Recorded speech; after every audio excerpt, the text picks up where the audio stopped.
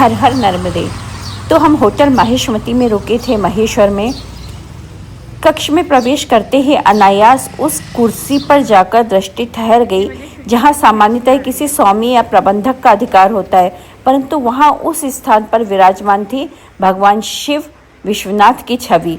क्षण भर के लिए मन ठिठक गया। यह केवल एक चित्र नहीं था, वह उस स्थान की आत्मा था, उसकी मर्यादा, उसका मौन विधान। ऐसा प्रतीत हुआ मानो उस कक्ष का वास्तविक स्वामित्व किसी मनुष्य के पास नहीं बल्कि शिव के अधीन है।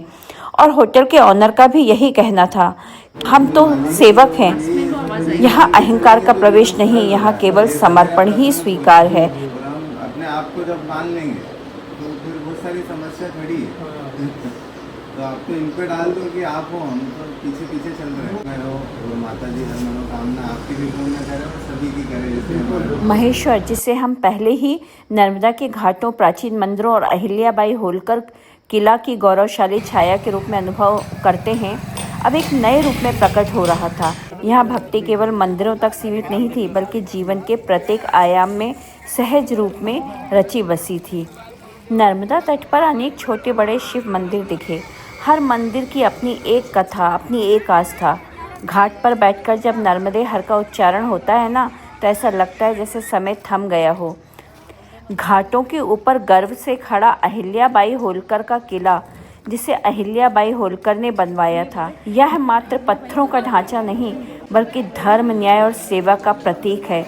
इसकी बालकनियों से नर्मदा का विहंगम दृश्य मन को शांति से भर देता है।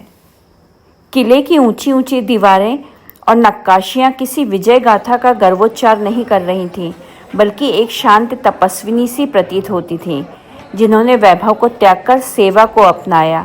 इन प्राचीरों के भीतर प्रवेश करते हैं तो ऐसा लगता है जैसे इतिहास अपने चरणों के साथ साथ चलने लगा है। रात्रि 7 बजे तट पर आरंभ हुआ लाइट एंड साउंड शो। किले की प्राचीरों पर सजीव हो उठा प्रकाश और अहिल्याबाई होलकर का किला मानो इतिहास के पन्नों से बाहर निकलकर हमारे सम्मुख खड़ा हो गया हो। लाइट शो के रंग बदलते ही दीवारें बोलने लगीं, कभी त्याग की गाथा तो कभी अद्भुत धर्मनिष्ठा का मौन का उद्घोष। नीली, स्वर्णिम और केसरी आभा से नहाया किला ऐसा प्रतीत होता था मानो स्वयं समय रुककर उस दृश्य का साक्षी बन गया हो। और फिर वह क्षण आया जब समस्त दृश्य भक्ति में विलीन हो गया। घाट पर आरंभ हुई नर्मदा आरती। दीपों की पंक्तियां, धूप गंध से सुवासित वातावरण और मंत्रोच्चार की गूंज, सब मिलकर एक अलौकिक अनुभव रच रहे थे।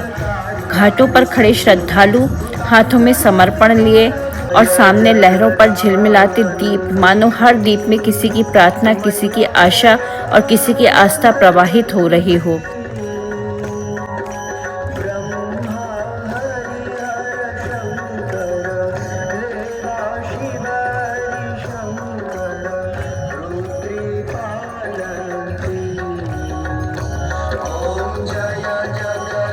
तत्पश्चात हमने भोजन लिया और वापस होटल आ गए। 10वां दिन हमारा बहुत आरामदायक बीता क्योंकि थकान बहुत हो गई थी, इसलिए हम और कहीं नहीं गए, सिर्फ महेश्वर में ही दर्शन किए और होटल में विश्राम किया। नर्मदे हर।